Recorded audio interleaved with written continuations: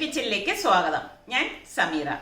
അപ്പം ഇന്നലെ നമ്മളൊരു Q&A നടത്തിയിരുന്നു. അപ്പം അത് നമ്മളുടെ ഇന്റർനെറ്റിന്റെ പ്രോബ്ലം കാരണം പോസ്റ്റ് ആയത് വൈകുന്നേരമാണ്. അതുകൊണ്ട് തന്നെ പലർക്കും അതിന്റെ നോട്ടിഫിക്കേഷൻ കിട്ടിയിട്ടുണ്ടാവുമെന്ന് തോന്നുന്നില്ല.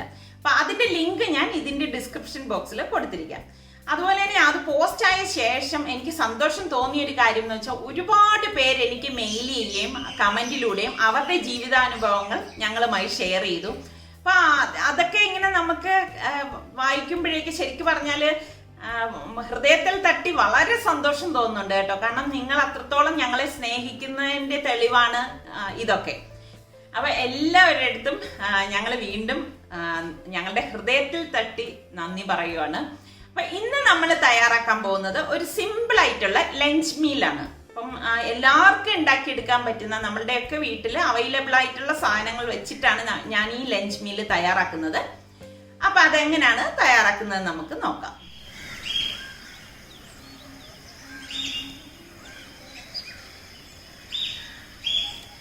ഇന്നത്തെ നമ്മളുടെ 6 മണിക്കുള്ള പ്രഭാതമാണ് ഈ കാണുന്നത്.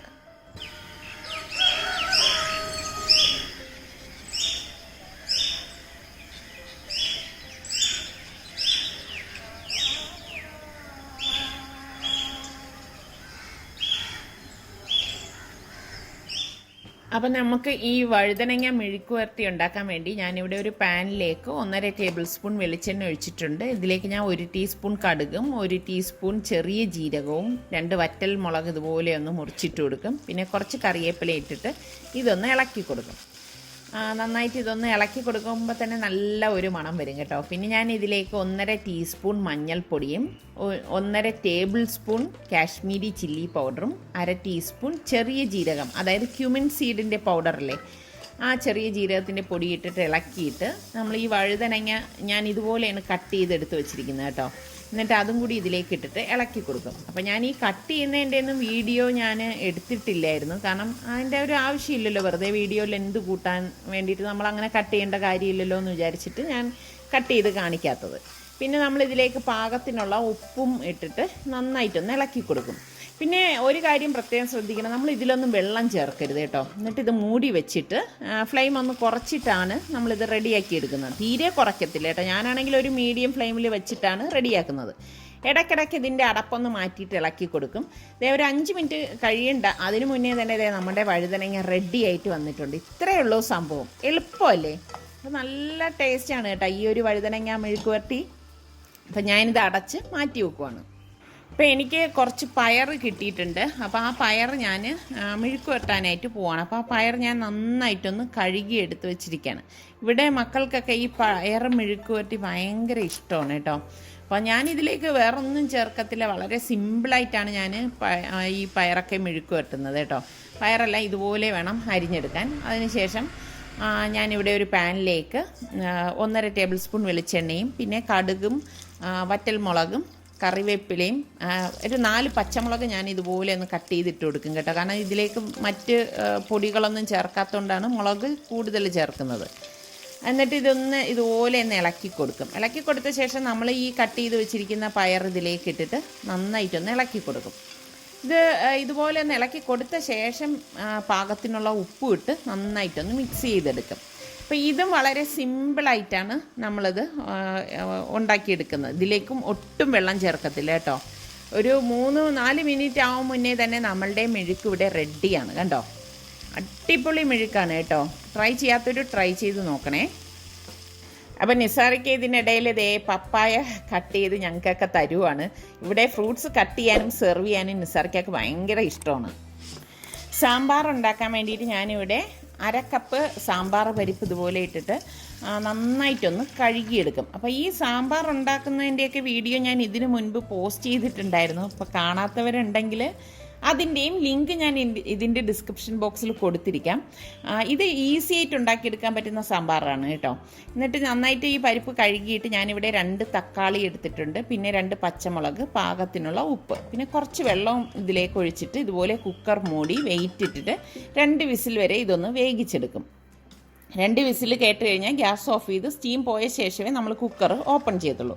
അപ്പോൾ ഇതിനിടയിൽ ചോറ് റെഡി ആയിട്ടുണ്ട്. അപ്പോൾ ചോറ് ഞാൻ ഊറ്റിയെടുക്കുകയാണ്. അപ്പോൾ ഒരുപാട് പേര് എൻ്റെ അടുത്ത് ചോറിൻ്റെ ആ വീഡിയോ ചോദിച്ചിട്ടുണ്ടായിരുന്നു. അതിൻ്റെ ലിങ്ക് ഞാൻ ഇതിൻ്റെ ഡിസ്ക്രിപ്ഷൻ ബോക്സിൽ കൊടുത്തിരിക്കാം കേട്ടോ.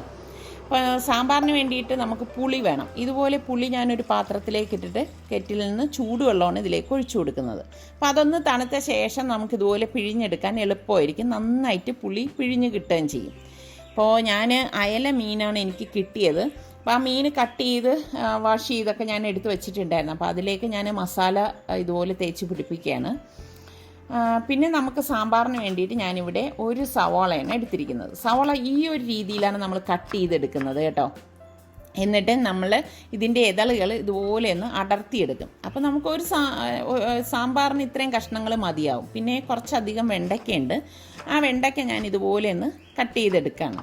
അപ്പോൾ എൻ്റെ കയ്യിൽ ഈ വെണ്ടയ്ക്ക വാടിയിരുന്നത് കൊണ്ടാണ് ഞാനിപ്പോൾ സാമ്പാറിന് വേണ്ടി എടുത്തത്. കണ്ടോ, എൻ്റെ പച്ചമുളകൊക്കെ ഇപ്പോൾ പഴുത്ത മുളകായി മാറിയിരിക്കുകയാണ്, അതും വാടിപ്പോയി. അപ്പോൾ ആ ഒരു 4 പച്ചമുളക് ഞാൻ ഇതുപോലെ കട്ട് ചെയ്തെടുക്കുകയാണ്. ഇനി എനിക്ക് വെജിറ്റബിൾസൊക്കെ വാങ്ങിച്ചാലേ ഉള്ളൂ. അപ്പോൾ ഞാൻ സ്റ്റീം പോയ ശേഷം പ്രഷർ കുക്കർ തുറന്നിട്ട് ഇതുപോലെ ഒന്ന് ഇളക്കി കൊടുക്കും. അപ്പം മറ്റൊരു പാൻ അടുപ്പത്തേക്ക് വെച്ചിട്ട് ഞാൻ അതിലേക്ക് 1.5 ടേബിൾ സ്പൂൺ വെളിച്ചെണ്ണ ഒഴിച്ചു കൊടുക്കുകയാണ്. പിന്നെ ഇതിലേക്ക് 1 ടീസ്പൂൺ കടുകും 2 വറ്റൽ മുളകും പിന്നെ കുറച്ച് കറിവേപ്പിലയും കൂടി ഇട്ട് കൊടുക്കും. ഇതില്ലാത്ത ഒരു പരിപാടിയും എനിക്കില്ല കേട്ടോ. എന്നിട്ട് ഇതൊന്ന് ഇതുപോലെ ഒന്ന് ഇളക്കി കൊടുക്കും. ഇളക്കി കൊടുത്ത ശേഷം നമ്മൾ ഈ കട്ട് ചെയ്ത് വെച്ചിരിക്കുന്ന സവാളയും വെണ്ടയ്ക്കയും പച്ചമുളകും കൂടി ഇതിലേക്ക് ഇട്ടിട്ട് ഇളക്കി കൊടുക്കും. നമ്മുടെ നാട്ടിലൊക്കെ ഇതിന് മെഴുക്കെന്നാണ് പറയുന്നത്. നിങ്ങളുടെ അവിടെയൊക്കെ എന്താണ് പറയുന്നതെന്ന് കമൻറ്റ് ചെയ്യണേ. അതുപോലെ തന്നെ നിങ്ങൾക്ക് ഇഷ്ടപ്പെട്ട മെഴുക്ക് ഏതാണെന്നും കൂടി ഒന്ന് കമൻറ്റ് ചെയ്യണേ. അപ്പോൾ ഞാനിതിലേക്ക് പാകത്തിനുള്ള ഉപ്പും 1.5 ടീസ്പൂൺ മഞ്ഞൾപ്പൊടിയും 1 ടേബിൾ സ്പൂൺ മുളക് പൊടിയും അതുപോലെ തന്നെ 1 ടീസ്പൂൺ മല്ലിപ്പൊടിയും 1/2 ടീസ്പൂൺ കായപ്പൊടിയും 2 ടേബിൾ സ്പൂൺ സാമ്പാർ പൗഡറും കൂടി ഇതിലേക്ക് ഇട്ടിട്ട് നന്നായിട്ടൊന്ന് മിക്സ് ചെയ്ത് കൊടുക്കും. ഫ്ലെയിം കുറച്ച് വെച്ചിട്ടാണ് നമ്മൾ ഈ പൊടികൾ ഇട്ട് കൊടുക്കുന്നത്. പിന്നെ നമ്മൾ ഈ പുളി പിഴിഞ്ഞ് വെച്ചിരിക്കുന്ന ആ വെള്ളം ഉണ്ടല്ലോ, ആ വെള്ളം ഇതിലേക്ക് ഒഴിച്ചിട്ട് ഞാനൊന്ന് ഇളക്കി കൊടുക്കും. പൊടികളൊക്കെ യോജിക്കത്തക്ക രീതിയിൽ ഇളക്കി കൊടുത്തിട്ട് നമ്മൾ ഈ വേവിച്ച് വെച്ചിരിക്കുന്ന പരിപ്പ് ഇതിലേക്ക് ഒഴിച്ചു കൊടുക്കും. അപ്പോൾ കണ്ടോ, കുറുകിയാണ് ഇരിക്കുന്നത്. അപ്പം നമ്മളിനി ഇതിലേക്ക് പാകത്തിനുള്ള തിളച്ച വെള്ളമാണ് ഒഴിച്ചു കൊടുക്കുന്നത്. പച്ചവെള്ളം നിങ്ങൾ ഒഴിക്കുകയേ ചെയ്യരുത് കേട്ടോ. പിന്നെ നമുക്ക് ഉപ്പ് വേണമെങ്കിൽ ഇട്ട് കൊടുക്കുക. നന്നായിട്ടൊന്ന് മിക്സ് ചെയ്ത് കൊടുക്കും. എന്നിട്ട് നല്ല ഒരു തിള വരുമ്പോഴേക്ക് നമുക്കിതിലേക്ക് കുറച്ച് മല്ലിയില ഇതുപോലെ ഞാൻ കട്ട് ചെയ്തിട്ട് കൊടുക്കും. ഇത്രയേ ഉള്ളൂ. പക്ഷെ അടിപൊളി കിഡിലൻ സാമ്പാറാണ് കേട്ടോ. നിങ്ങളൊന്ന് ട്രൈ ചെയ്ത് നോക്കണം കേട്ടോ. അധികം വെജിറ്റബിൾസ് ഇല്ലാതെ തന്നെ നമുക്ക് ഈസി ആയിട്ട് സാമ്പാർ ഉണ്ടാക്കിയെടുക്കാൻ പറ്റും. അപ്പം ഞാൻ മീൻ ഫ്രൈ ചെയ്തെടുക്കാൻ വേണ്ടിയിട്ട് ഇതുപോലെ പാനിലേക്ക് വെളിച്ചെണ്ണ ഒഴിച്ചിട്ട് മീൻ ഫ്രൈ ചെയ്യാൻ വേണ്ടി ഇട്ട് കൊടുക്കുകയാണ്. ഞാൻ എപ്പോഴും മീൻ ഫ്രൈ ചെയ്തെടുക്കുമ്പോൾ ടേസ്റ്റ് കൂട്ടാൻ വേണ്ടിയിട്ട് കുറച്ച് കറിവേപ്പിലയും കൂടി ഇട്ട് കൊടുക്കും കേട്ടോ. പിന്നെ അയല മീനിലൊന്നും ഞാൻ അങ്ങനെ ചെയ്യാറില്ല. നെയ്മീൻ അങ്ങനെയൊക്കെ ഉള്ള മീനിലൊക്കെ ആണെങ്കിൽ ഞാൻ കുറച്ച് വെളുത്തുള്ളി അല്ലി ഉണ്ടല്ലോ, അത് ഈ തോലോടുകൂടി തന്നെ ഒന്ന് ചതച്ചിട്ടിട്ട് നമ്മൾ ഫ്രൈ ചെയ്തെടുക്കുമ്പോൾ ഒരു പ്രത്യേക ടേസ്റ്റാണ്. അപ്പോൾ അത് നെയ്മീനൊക്കെ ഉള്ളവർ ഫ്രൈ ചെയ്യുമ്പം ആ ഒരു രീതിയിലൊന്ന് ചെയ്ത് നോക്കണേ. നല്ല കിട്ടില്ലൻ ടേസ്റ്റ് ആയിരിക്കും കേട്ടോ അതിന്. അതുപോലെ തന്നെ നമ്മൾ മീനൊക്കെ ഫ്രൈ ചെയ്തെടുക്കുമ്പം വെളിച്ചെണ്ണ ഉപയോഗിക്കുന്നതാണ് ടേസ്റ്റ് കൂടുതൽ കേട്ടോ. അപ്പം നമ്മളുടെ ലഞ്ച് ഇവിടെ റെഡി ആയിട്ടുണ്ട്. സാമ്പാറും പയർ മെഴുക്കും അതുപോലെ തന്നെ നമ്മളുടെ വഴുതനങ്ങ മെഴുക്കും ഒക്കെ ഇവിടെ തയ്യാറാണ്. അപ്പം നമ്മൾ ഇത്രയും പേരല്ലേ ഉള്ളൂ. അപ്പം ഞാൻ ഈ ഒരു രീതിയിൽ തന്നെയാണ് ഞങ്ങളിവിടെ ഭക്ഷണം കഴിക്കുന്നത് കേട്ടോ. ഞാൻ എപ്പോഴും പറയുന്നത് പോലെ, അപ്പോൾ ചിലരെൻ്റെ അടുത്ത് വീഡിയോ കാണുമ്പോൾ ചോദിക്കും, അത് പാത്രത്തിൽ വിളമ്പിക്കൂടായിരുന്നോ, ഇങ്ങനെ ചട്ടിയോടെയും വയ്ക്കുന്ന പാത്രമാണോ ഡൈനിങ്ങിൽ വെക്കുന്നതെന്നൊക്കെ. പക്ഷെ നമ്മൾ തമ്മിലൊരു മറയുടെ ആവശ്യമുണ്ടോ? നമ്മൾ ആസ്വദിച്ച് സന്തോഷമായിട്ട് എല്ലാവരും ഒരുമിച്ചിരുന്ന് കഴിക്കുക, അത് തന്നെയല്ലേ ഏറ്റവും വലിയ ഹയർ.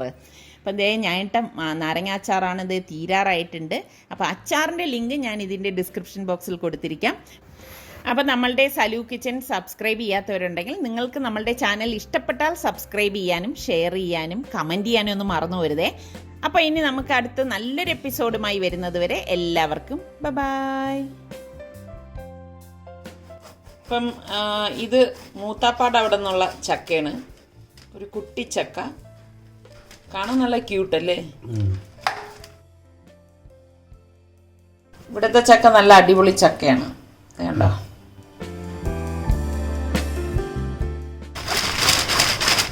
ഒരുപാട് കറയൊന്നുമില്ല അല്ലേ?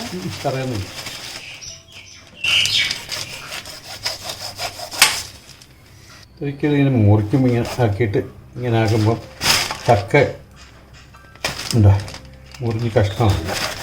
അത് ചക്കയൊക്കെ മുറിച്ച് കഷ്ണമാക്കി. നല്ല വലിയ ചക്ക ഉണ്ടോ, ചക്കച്ചുള. എന്നുണ്ട് നല്ല അടിപൊളി മധുരം കേട്ടോ. ചക്കക്കുരു പോലും നല്ല ഭംഗിയുണ്ട്. ഇല്ല കറിയില്ല. എങ്ങനെയുണ്ട് ആ ചക്കയിൽ നിന്നുള്ള ചക്കക്കുരു ഉണ്ടോ, നല്ല മുഴുത്ത ചക്കക്കുരു അല്ലേ, നല്ല ക്യൂട്ട്, നല്ല സുന്ദരി ചക്കക്കുരു കുട്ടി. ഷെയ്ക്ക് അടിക്കാനാ ചക്കക്കുരു ഷെയ്ക്ക്.